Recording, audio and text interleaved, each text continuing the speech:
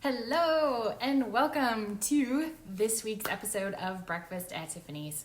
I am your hostess, maybe I should do it this way, Tiffany Almazan, and this is your place for joy and wellness. I am happy you're here today, and I'm happy to be here. It just feels like it's been forever since we've been together, and it's just me, right? So, but it sure feels like I'm not alone on this journey. So that's what makes it so fun. So today I've got some fun stuff to talk about with you. I think also a little educational, informative, help you on your path to greater health and wellness. Random side note, I forgot to turn the fan off over there. Stand by. I'm back. Okay, so the fan will slow down. It makes a little sound too, so the movement and the sound will go away and all will be well in the world, right? So here we go. Today I have on the agenda smoothies. And this is kind of cool because this is the first of a series to come on smoothies. So I'm really excited to share with you about that. I think summertime is a great time to talk about smoothies, different ones too. Also going to share with you about amino acids. There are 9 essential amino acids which our body needs in order to be healthy. And the reason why they're considered essential is because these 9 are ones that our body cannot make on its own. We need to bring that in through our food. So we need to make sure that we're getting all of those. So how do you know if you're deficient in them or not? How do you make sure you're getting enough, right? I'm gonna talk about that. And then last thing we're gonna talk about today is how do you know when your orange tree is not really an orange tree? Little discovery that I had in my garden recently that's got a lot of backstory to it. That's kind of how my life goes. Things just kind of build up pieces at a time and things happen in layers. Do you guys feel that way? Because, when I say, what was the reason for this or the trigger for this or why did you come to this realization? So many things in my life are just building blocks. It's not like this one thing. It's just kind of a series of events that happen that create this new understanding or this new idea that I had, right? So can you relate to that? But I'm going to share with you about the orange tree today.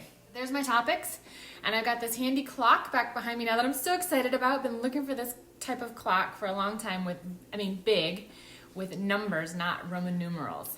Now, the challenge is the time is off. Even though it's backwards, the time is still off. But that's okay, because I know when I started, I was down there. So now I'm going to learn to count backwards so that I stay on track today. So we'll see how that goes. So shall we dive in? All right, first up, smoothies. Okay, this is exciting. Here it is. Here is today's smoothie number 1. Maybe I'll call these, I don't know, summer smoothies. I don't know of another name for them. Cool hashtag maybe for this series. See how many I can share with you. I don't know, maybe there should be a challenge of how many can I share over the summertime. I don't know, but. Okay, so this one is a new creation. If you've been following my garden adventures with my miracle kale plant that just, I don't know, they're still out there. Do you believe it? They're still out there. It's like over 100 degrees out and they're still there. I haven't pulled them out and I'm debating, should I pull them out? So part of another layering piece is you got these amazing kale plants I saved for seed. Now I cut all the leaves off because the bugs were getting to them because it's too hot for kale, right? So I cut the leaves off, harvest all the seeds finally, and then by the time the seeds are done drying out and I'm harvesting them, I see that there's sprouts popping up on the kale plant already. New little buds are showing up, new little leaves are popping in, and even the seed pods that already split on their own, sprouts are coming up from those that already just fell in the dirt and are growing on their own. I'm like, okay, so then layering in, I don't want to be wasting food. It's part of my reducing theme I was talking about last week. I was like, I need to be using more of my garden stuff, right? Not just like looking at it as in it's so pretty. I need to eat it. So I was like, maybe we should eat some of this kale. Maybe I shouldn't cut the kale down. If I tasted just 2 of the leaves and I'm like, it still tastes good, doesn't taste super bitter. So I should eat this kale. So I'm not pulling out the plant yet. I mean, I'm telling you, the root on this thing is like, this one plant is like this big around. I mean, it's this big is the root on it. It's not root, stem. The roots are probably like all over in there. So I'm curious. I know kale is an annual veggie, but what happens happens if I leave it? Will it make it through the summer? And even if it doesn't continue to produce, will it come back in the fall as it gets colder? So that's my question. But meanwhile, I had kale and I thought, smoothie time, going in here. So this smoothie is, yummy. Oh, and I got a chunk. It is 2 cups of water, a good, like, you know, like grabbing up a handful. If you just grab a handful of kale, whatever you get in your hand, you know, it's going to be more than what's, you know, in the ball of your fist, but scoop it up like that. That amount of kale I also put in a few pieces of basil. So maybe like, maybe like 10 or 12 leaves, decent sized leaves. Some stuck right there. And which I had in the garden, so I pulled those out while I was out there. Kind of harvested a few that needed to get the blossoms off of as well too. So I got 10 or 12 basil leaves, and I also have lemon balm growing everywhere like a weed, right? Keeps bugs away. So I pulled 1 stalk of that, and so I had maybe 8 or 10 leaves of lemon balm that I put in as well. So the greens, 2 cups of water, 2 bananas, and a good handful of frozen strawberries, frozen bananas as well. So maybe like 1.5, because one of the bananas was a small banana. Blended it up with 1 drop of ginger essential oil. Be careful, okay? Ginger is potent. 1 drop. And also put in a Youth Factor antioxidant boost powder. Blended that all up, and here you go. Okay, so this is the second half of it. The first half I already ate this morning, which is why I'm like so excited and flying high. I wanted to see how it tasted. I couldn't just wait until this show. It's really good. It tastes very green, very fresh, very alive, and it's got the sweet. It's definitely sweet enough. There's something in it that's giving it like a real kick. It could be that the ginger, I don't know, it's not a perfect smoothie, I will share. It's not like, oh my God, I'm going to make this for every day for the rest of my life kind of smoothie. But it's good. I'm drinking it, right? It looked kind of like this. I mean, it looks a little green now, which is cool. When I first made it, it looked like mud. I don't know why the color changed, but it looked really brown. Now it looks just really green. A muddy green. But it's really good. So there you have it. That's smoothie number 1. So here's the plan. Every week I'm going to share with you a different smoothie recipe. Either one I've found somewhere that I'm testing out, something I've created on my own. If you have a ingredient that you want me to make a smoothie with, let me know. The thing is, these are all going to be green smoothies. So maybe I should do that summer green, the summer of green smoothies. It's almost summertime. So it's going to have some sort of leaf in it. So, and it's going to have fruit.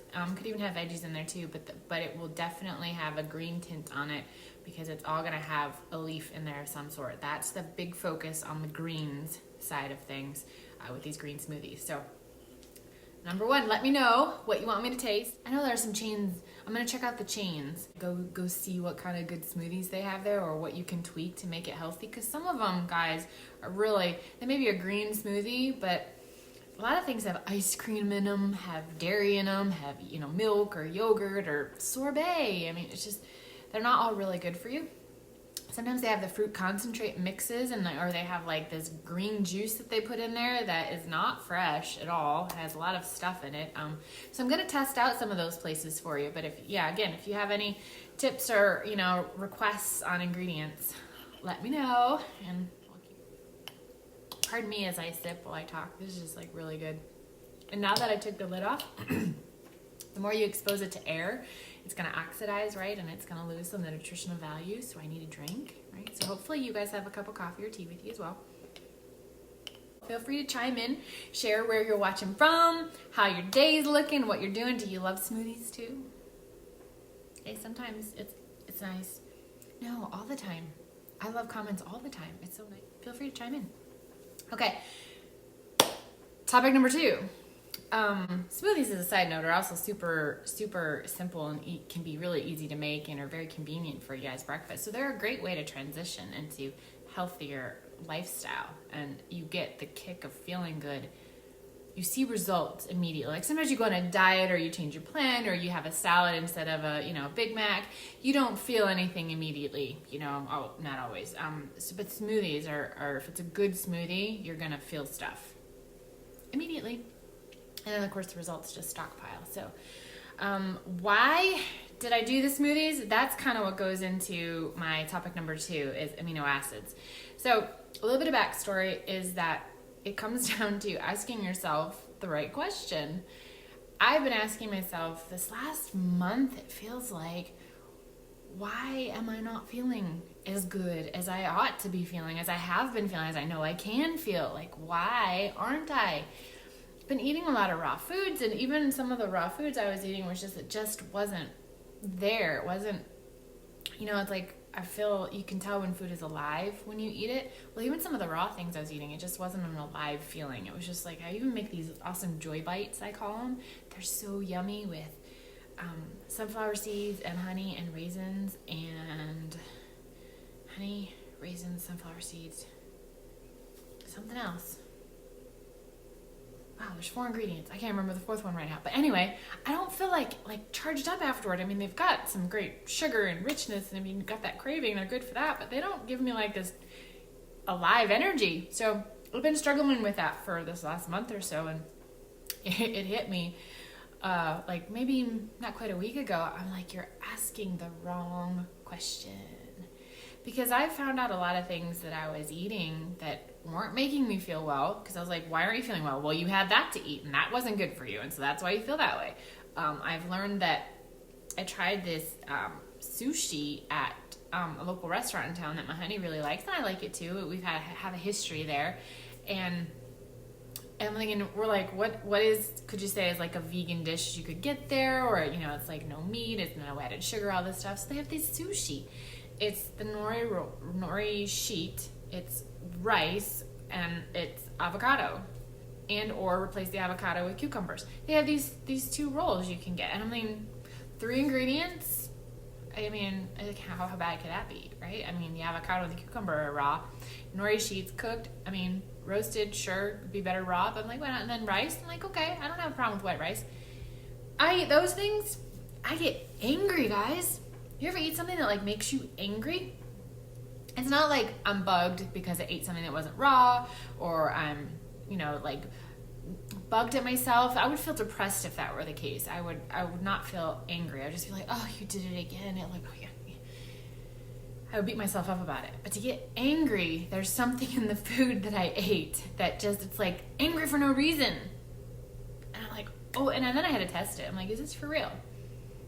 Is it the sushi? And so I did it again, and I'm like, oh, dang. So Kerwin knows now. It's like, Tiffany can't have that sushi. So I've learned a lot of things that I shouldn't be eating through this process. But when I changed my question to saying, what can I do to feel better? That's when my brain goes into, okay, let's find a solution for this. Not explain why she feels like crap, but let's fix it. So it's been an interesting process.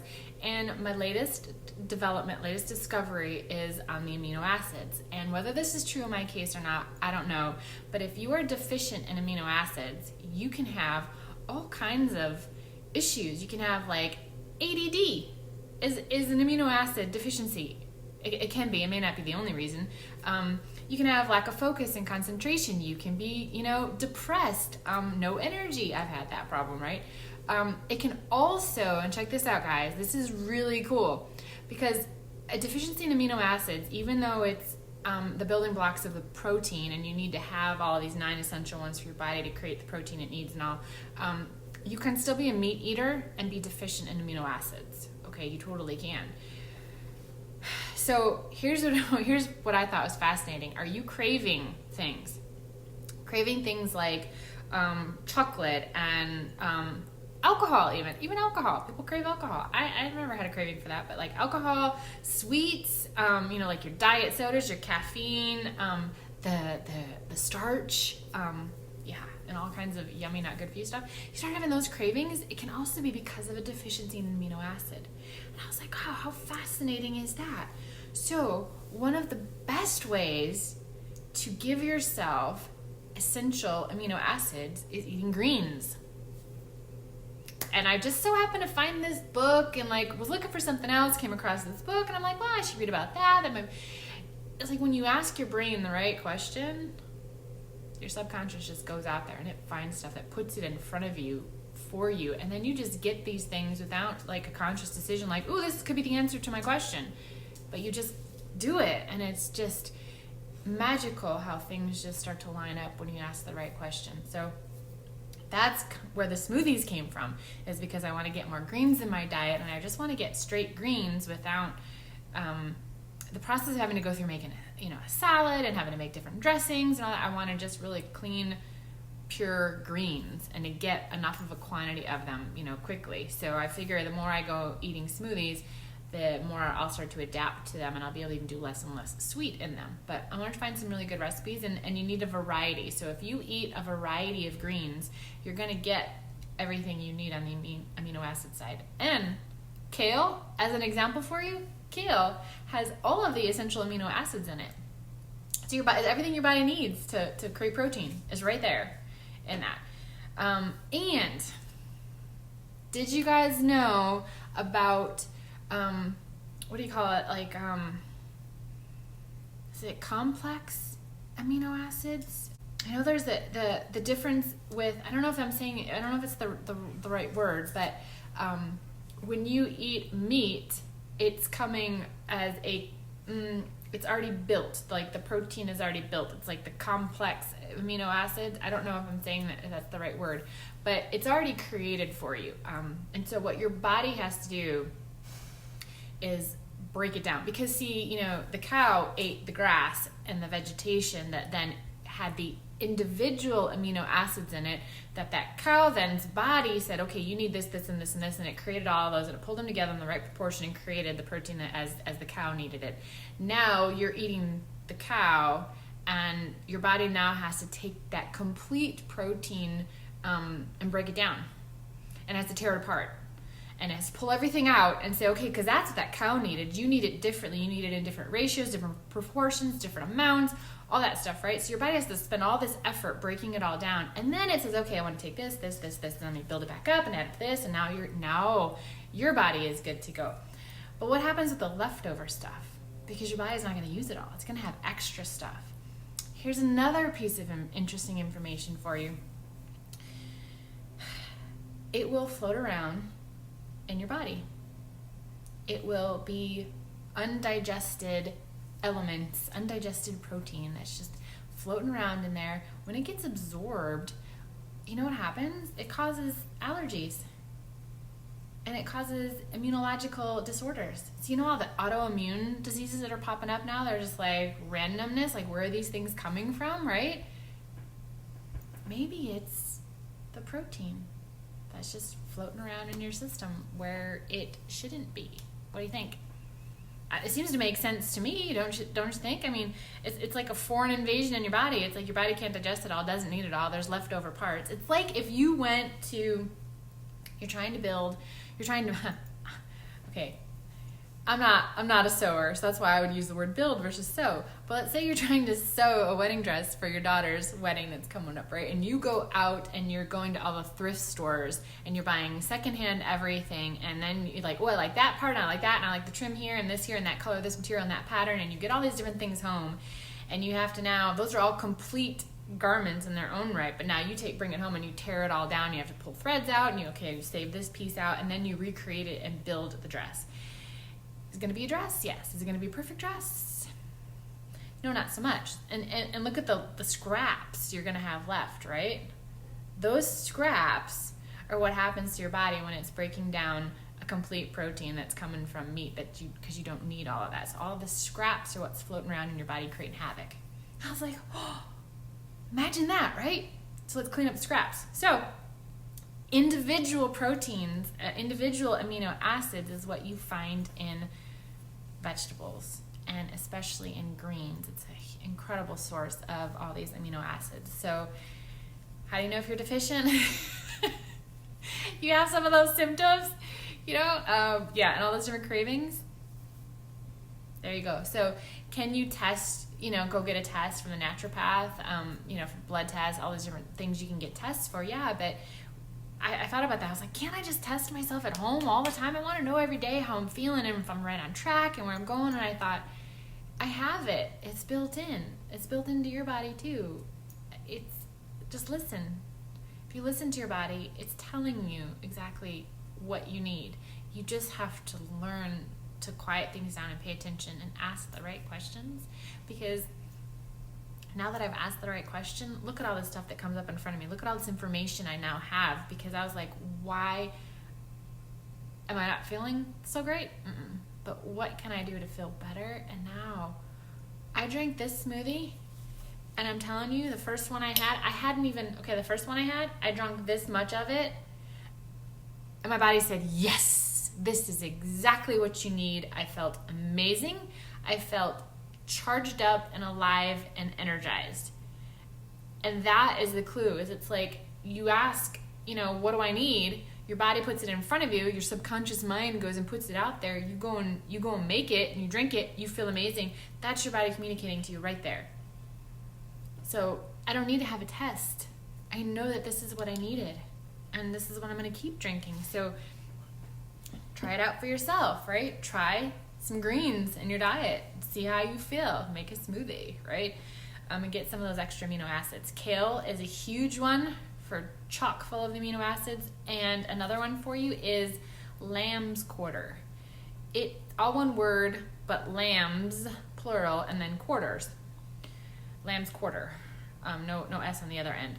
Lamb's quarter. One word, is a wild green that grows, and it kind of like pops up. I'm waiting for it to pop up in my garden. It hasn't yet, so I keep letting weeds grow to then be able to determine what they are. I'm like, oh, that's not it. But it grows wild, and it's amazingly well for you. It's another super good one that's got more than the recommended amount of any of all those essential amino acids that you need. So there you have that. That's my thoughts on amino acids. Did I give you a whole bunch of information? I think it's fascinating. So what's up? What else is up? You guys have any questions for me on that? I will say one little thing for you guys is that I believe in putting in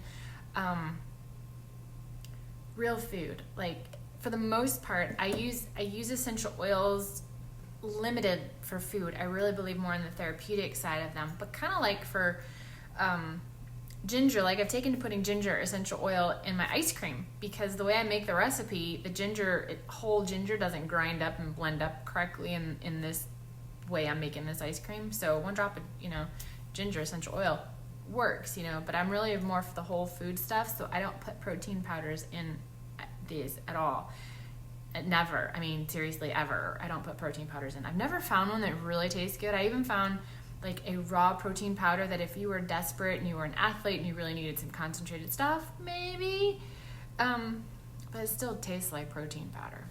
Whole Foods taste amazing. I can post the specific ingredient list and the amounts, variable amounts that I used, if that's of help for you guys. Essential oils are really great. I just think there's like a time and place for them, and I don't think they're always the answer for everything. But I do love them. I think they're like amazing. But they come from nature. They come from our food, right? Plants and all. So of course they're good for us, right? Third thing. Oh yeah, my fun one. When is an orange tree not an orange tree? When Nicholas got himself bit or stung, poked by something in the backyard that caused it was like right here on his cheek, and it looked like one puncture wound. I mean, it wasn't a snake bite, but it just swelled up and all, so he was even overnight in the hospital and all. And I found my orange tree in the backyard has these thorns. My plan was not to put anything with pickers, thorns, anything toxic in the backyard at all, because I've got dogs, and I'm like, this is going to be a hospitable place for everyone, and I don't want to have any craziness going on. I mean, you can just trip and fall and hurt yourself, but accidentally anyway. I don't need to put actually stuff out there that can cause more harm. So I was like, how the heck did I put an orange tree in the yard that's got thorns on it? My theory is actually that's what happened to him, because as I was going through cutting thorns off this tree, debating on what I was going to do about it, I had all these scrapes on my legs that I didn't even realize were happening. And then as I come in the house, my legs were burning. They were just really irritated. And I was like, what the heck? And you see all these little marks and stuff. I personally think that that's what happened to him, because there were a lot of thorns that were right at dog level, you know, and they put their nose in everything. They sniff everything. They're so curious. So I think that's what happened. And if you're running in after a ball or something fast enough, you could have really got picked hard enough. It could have really got, you know, a deep puncture in there. So that's my theory. But that started this process, looking at this tree, and I'm thinking, how on earth did you do this? Because I remember I got that tree from Costco. It's a mandarin orange, and I looked it up, and I'm like, you can't get the lemons or the limes. They all have thorns. Like, darn. So I wiped that off. So I ended up with this Oro Blanco grapefruit, which is amazing. I had one piece of fruit from it the first year. It's got, like, I think between 7 to 10 pieces of fruit on it right now. I'm like so excited. They'll ripen. And the other one was this mandarin orange. Like, it's not supposed to have thorns. So as I'm sitting out there cutting off the thorns, and I had no gloves so that I could actually feel when I came up to a thorn, because it's hidden under the leaves and stuff, and so I was getting picked and all. I got to the part where there's actually produce. There's some oranges that are popping up on it, and I'm like, none of these branches have thorns. How come? I mean, like, so is the orange fruit coming on the 2nd-year-old growth, and so once the tree branch is 2 years old, the thorns fall off, and this is like the new stuff that has thorns? I'm like, why is it? So I just started thinking, I'm thinking, that just doesn't make sense, you know? I'm like, something's weird about this, you know? I'm thinking, but maybe I should just cut these branches off, because I'm like, this is just ridiculous. But I'm like, it's the whole tree. Huh. Thanks to my master gardener training, I had this genius epiphany. It was like, this little process, the layers add on, right? So guess what? Do you know that fruit trees are two combos of two trees? I mean, I don't know that you can even really get, unless you were specifically searching online for it somewhere, a non-grafted fruit tree. But fruit trees start on a base. The root system is something else. And then they put on top of it, they graft it together. It's kind of like, you know, you piece it together and you tape it together and let it grow into one, and so it grows forward. It controls the disease resistance of a tree. So if you have a rootstock that is resistant, let's say your orange tree gets this disease A, okay? So if the root system is susceptible to disease A, now your orange tree is gonna get it, because that's the disease that targets your orange tree. But let's say you put your orange tree on top of a pear tree's roots. You graft it to the roots of a pear tree. Now the pear tree is not susceptible to disease A. So now your orange tree doesn't get it, because it would come up through the roots, but they're not coming up through the roots because it's really a pear tree at the bottom. Okay? So you'll see rootstock when you order a fruit tree. It tells you what kind of rootstock it is and what disease it's resistant to. You don't necessarily know what type of tree it was, just what type of disease resistance that rootstock has. And then what will happen is if you have a fruit tree around, or you see one out in the area, look for at the very base of the tree, there's going to be a bulge. So it could be like right at the dirt level, it could be like 6 inches above the dirt level, just kind of depending on how tall the rootstock was when they grafted it. But at that bulge is where you're going to have like shoots come out. Shoots will be coming out there, kind of like suckers, and you would normally take those off. They could be some, you know, from the actual, you know, your orange tree in this case, but often those suckers are coming from the roots, which is not the tree you want, and it's not the tree that's on top that is the producing tree, right? That's what happened to my orange tree. I looked at it and I'm thinking, I already cut off a major pruning last year. I had to cut off half the tree to get all these suckers off that were just totally growing. And I looked down there and I'm thinking, oh crap, look where this one branch is coming off of that has all of the pickers on it. And then the one that doesn't, that has all the produce, is going this way. Totally different color stems too, but I was like, oh crap, look where it's happening at. It's happening right at the join. I'm like, that's not my orange tree. Do you see the little light bulb, the little genius moment showing up there? So I'm so excited, but I can't cut it yet because you can't cut that. I mean, it's a thick branch on there now, and you can't cut that type of a thick of a stem this time of year. It's gonna put the tree into shock. It's too much of a big wound to create on it to last through the summertime and all. So it's gonna have to wait until the fall. So I'm gonna have to cut off thorns, some more thorns that may pop up or whatever. But I'm so excited because now I know I didn't screw up. My orange tree is my orange tree. And I got this other stuff out there that's some other tree.